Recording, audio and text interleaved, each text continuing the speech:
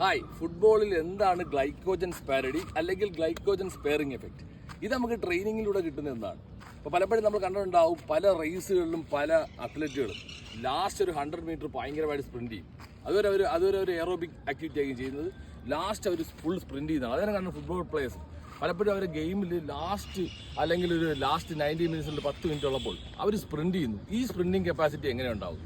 ഇതാണ് training induced glycogen sparing effect എന്ന് പറയും. നമ്മൾ ട്രെയിൻ ചെയ്യുമ്പോൾ നമ്മളെ ബോഡിയിലെ ഗ്ലൈക്കോജൻ സ്റ്റോർ വർദ്ധിക്കുന്നു. ഈ ഗ്ലൈക്കോജനാണ് നമ്മൾ എനർജി ആയിട്ട് യൂസ് ചെയ്യുന്നത്. ഈ എനർജി നമ്മൾ എൻഡ് ഓഫ് ദ റേസ് അല്ലെങ്കിൽ ലാസ്റ്റ് 10 മിനിറ്റ് നമുക്ക് കൺവേർട്ട് ചെയ്ത് ഉപയോഗിക്കാൻ പറ്റും. ഇത് നമ്മുടെ ബോഡിയുടെ ഗ്ലൈക്കോജൻ സ്റ്റോറേജ് എൻഹാൻസ് ചെയ്യുന്നതാണ്. ഇത് ട്രെയിനിങ്ങിലൂടെ പറ്റും. ഇപ്പോൾ ഫുട്ബോൾ പ്ലേയേഴ്സ് ആ ട്രെയിനിങ് ചെയ്യുമ്പോൾ തീർച്ചയായിട്ടും നമ്മൾ ഗ്ലൈക്കോജൻ സ്റ്റോഴ്സ് വർദ്ധിക്കും. ഈ ഗ്ലൈക്കോജൻ സ്റ്റോഴ്സ് നമുക്ക് എനർജി ആക്കി മാറ്റാം. ഈ എനർജി ഒരു ടീമിന്റെ വിജയമാക്കി മാറ്റാം, ഒരു ഗോളാക്കി മാറ്റാം. കാരണം ലാസ്റ്റ് നിമിഷം തളർന്നിരിക്കുന്ന പ്ലെയറിനെക്കാട്ടിയും സ്പീഡിൽ ഓടാനായിട്ട് പറ്റും. അതാണ് സ്പ്രിന്റിംഗ് എഫക്റ്റ് അല്ലെങ്കിൽ ഗ്ലൈക്കോജൻ സ്പെയറിംഗ് എഫക്റ്റ്. ഇത് ട്രെയിനിങ്ങിലൂടെ പറ്റും. ഇതാണ് ഫുട്ബോളിലെ ഒരു സയൻസ്.